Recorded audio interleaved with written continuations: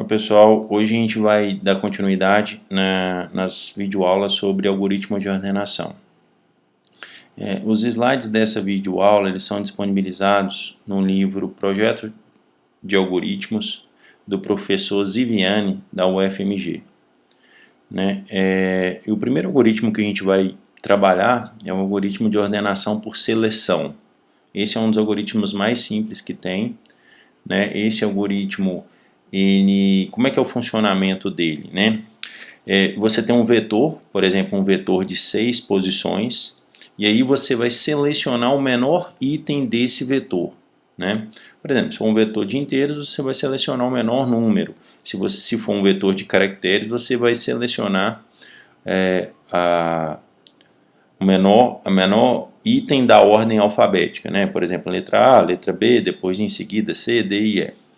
E aí o que você vai fazer após a seleção do menor item do vetor? Você vai trocar com o item da primeira posição do vetor. Então, se tinha um vetor com 6 posições, você vai selecionar o menor item, suponha que o menor item esteja na 4ª posição. Aí você vai pegar esse menor item e vai passar para a primeira, o que estava na primeira vai para a 4ª. Aí você vai repetir essa operação, você vai repetir essas duas operações com os n-1 itens restantes. Então, por exemplo, se o vetor tem 6, você vai repetir essa operação com os 5 itens restantes, depois com os 4 itens restantes, até que reste apenas um elemento. Então, essa é a ideia, esse é o funcionamento do algoritmo de ordenação por seleção. Para ilustrar melhor, para detalhar melhor como é que funciona essa ordenação, observe aqui um vetor Esse vetor tem 6 posições. Aqui eles estão indexados da posição 1 até a 6ª posição. Posição 1, 2, 3, 4, 5 e 6. Os itens que estão dentro deles são os elementos, são caracteres, que representam essas letras aqui.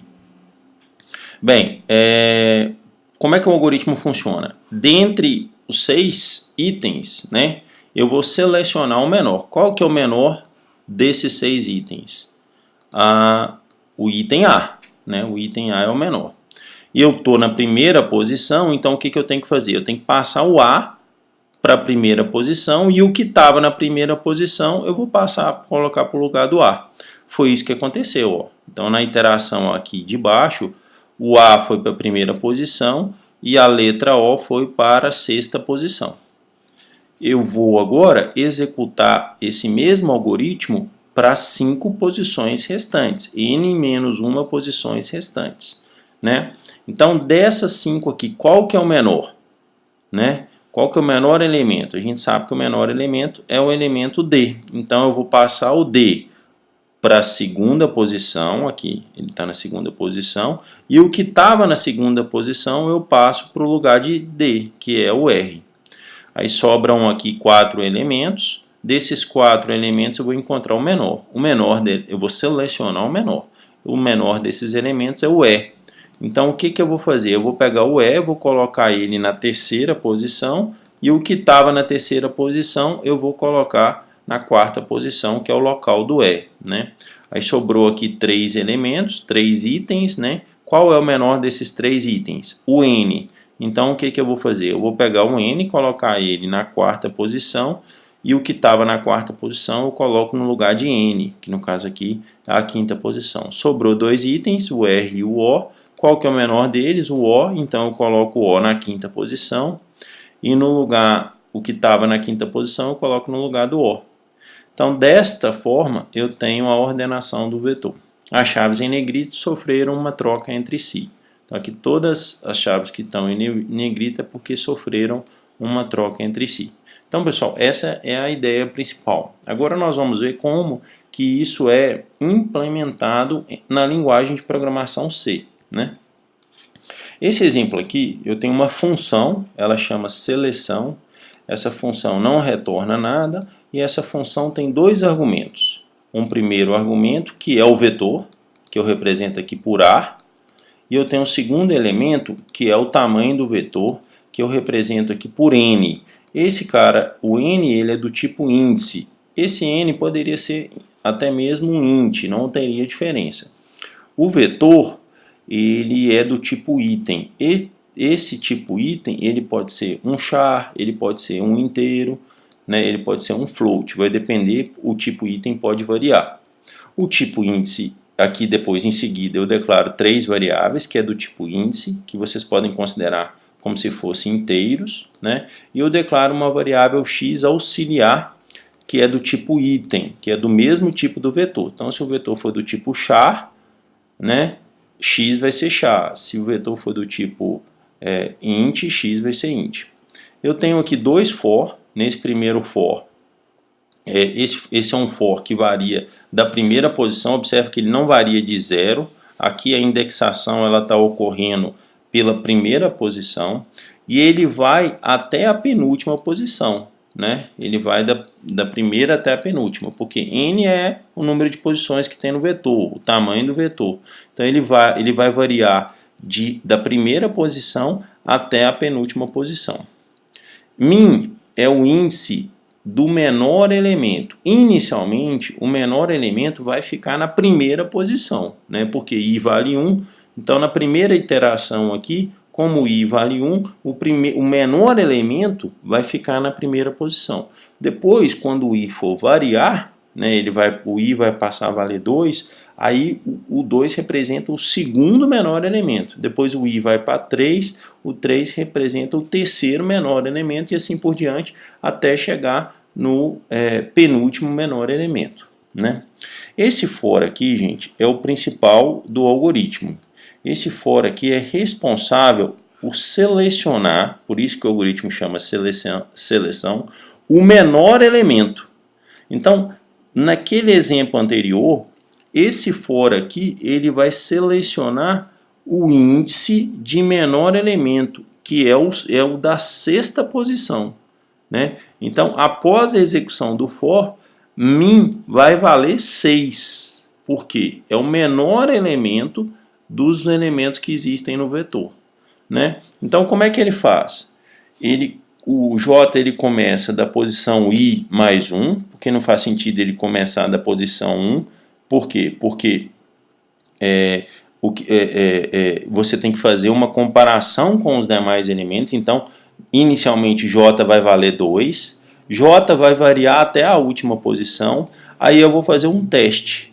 Eu vou fazer um teste que é o seguinte: eu vou verificar se j, ou seja, se o item que está na posição 2 é menor do que o item que está na posição min.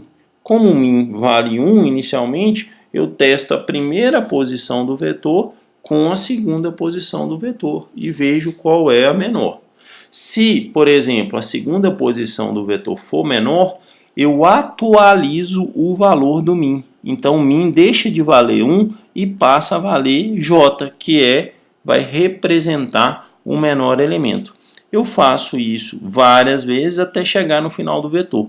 Então, no término da execução desse for, min representa o índice, ou seja, a posição do vetor que tem o menor elemento. No exemplo anterior, após a execução desse for, min vai valer 6, porque o a está na sexta posição. Aí o que eu faço? Eu pego o a, né, que está na sexta posição, então aqui seria o A6, e atribuo ele a x. Aí eu pego o que está na posição AI, que é, no caso nosso lá, é o O, eu pego o O e atribuo ele na posição que o A estava. E pego o lugar do O e coloco o A no lugar do O nessa execução. Então, esse algoritmo aqui, ele faz, essa parte do algoritmo aqui é responsável por fazer essa troca, né, de pegar o menor elemento e colocar ele na primeira posição, depois de pegar o segundo menor elemento e colocar na segunda posição, depois pegar o terceiro menor elemento e colocar na terceira posição. Tem alguns detalhes desse algoritmo, existem alguns estudos que avaliam a complexidade do algoritmo. Esse comando de atribuição min igual a j, ele é executado em média n log n vezes, em que n é o tamanho do vetor. Existem também outros estudos que avaliam o número de comparações entre chaves. A comparação entre chave, ou seja, esse if aqui, né, ela é executada em média n ao quadrado sobre 2 menos n sobre 2 vezes, né? Então essa é a complexidade desse algoritmo. Se você observar, como aqui tem n ao quadrado, ele é um algoritmo de complexidade quadrática, né? E também movimentações de registros, que seriam essa parte do algoritmo aqui responsável pela troca, ele ocorre em tempo linear, né? 3 vezes n menos 1, né? Em média é o que acontece o número de movimentações.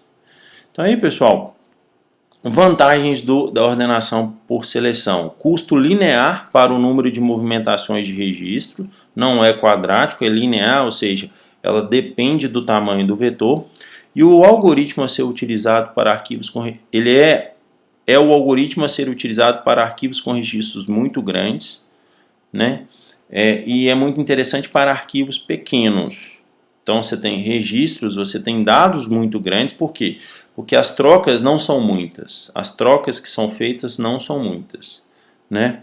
Então ele é indicado para esse tipo, porque você tem pouca troca, mas você tem um número de comparações quadráticas, né? Você faz várias comparações. Tem algumas desvantagens, o fato de o arquivo já estar ordenado não ajuda em nada, pois o custo continua quadrático de comparações. O algoritmo não é estável, né? Dependendo do vetor, ele não tem um comportamento estável de gastar mais ou menos o mesmo tempo. Tem vetor que ele vai gastar mais tempo, tem vetor que ele vai gastar menos tempo, né?